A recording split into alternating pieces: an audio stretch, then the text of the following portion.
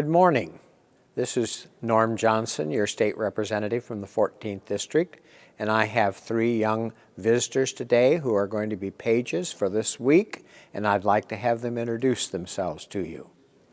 I'm Courtney Berger, and I'm from West Valley Freshman Campus, and my parents are Tracy and Renee Berger, and my representative is Mr. Johnson. My name is Caitlin Wilson. I'm a freshman at Natchez, and my parents are Dwayne and Deanna Wilson, and my representative is Charles Ross. Hi, I'm Ian Kinney from Yakima, Washington, and I go to Eisenhower High School as a sophomore. My parents are Stephanie and Michael Kinney, and my sponsor is Representative Chandler. So we'd like to welcome these three young people that will be paging for us from the Yakima Valley. Just days remain of the scheduled 60-day legislative session, which is scheduled to adjourn March 8th. Much of the focus now is on the state operating budget and finding a way to close a large shortfall. The February 16th revenue forecast was positive, and that helped to move the budget negotiations forward. The forecast predicted an additional $32.2 million in revenue. Along with some changes the legislature made in December, the total revenue increase above the November forecast is nearly $96 million. What that means is that we're now dealing with a shortfall of $1 billion rather than $1.4 billion. Since our last update, the House Republicans and House Democrats have both released their budget proposals. Overall, I believe the House Republican budget is the better proposal, and here's why. The House Republican budget prioritizes education as the state's paramount duty, and it would fund education first. It fully funds levy equalization. As a former school administrator, I know how important these dollars are for most of our local school districts. The House Democratic budget, however, would shift the payment of levy equalization dollars and delay payment for public schools until the next budget cycle. In total, that's an immediate $405 million cut to education, and it means we would start the next budget cycle almost $500,000 in the red. To me, that's not responsible budgeting.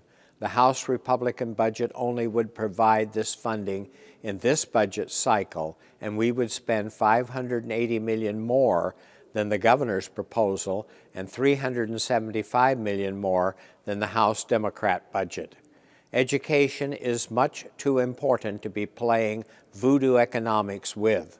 The state Supreme Court recently ruled the legislature must amply provide for the education of all Washington children as the state's first and highest priority before any other state program or operation. That's what we do in the House Republican budget. Public safety is also on our House Republican priority list. We would include funding for gang violence prevention, which is critical to our own local communities. The House Democratic plan has no money to fight gang violence.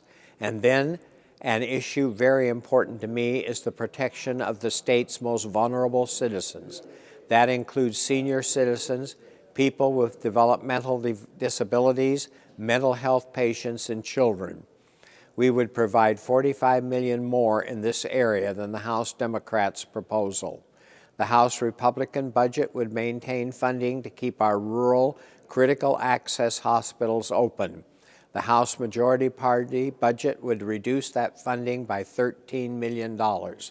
This would be devastating to our district hospitals. We would maintain funding for supported employment. That funding is eliminated in the House Democrat budget. So that's a quick comparison. We have shown that we can fund the priorities of government without devastating cuts and without tax increases. That's why I believe the House Republican budget is a much more responsible plan and why I will not be supporting the House Democratic budget as written. And now, very quickly, here's another update on House Bill 2582. This is the bill I sponsored that required healthcare facilities that charge a facility fee to notify patients of the fee and provide a cost estimate. The measure passed the House on February the 9th with a vote of 81 to 16. It passed out of the Senate Health and Long-Term Care Committee on February 22nd. It's now awaiting a vote on the Senate floor. I believe patients should have the right to know up front whether they will be charged a facility fee when they go to a clinic to get care. That's what this bill would do. Finally, I want to ask all of you to stay in contact as we finish these final days. I've also made arrangements to open a district office in Yakima when the session is completed. I'll provide more information in our next update. Again, thank you for joining me on Legislative Update. I'm your State Representative, Norm Johnson.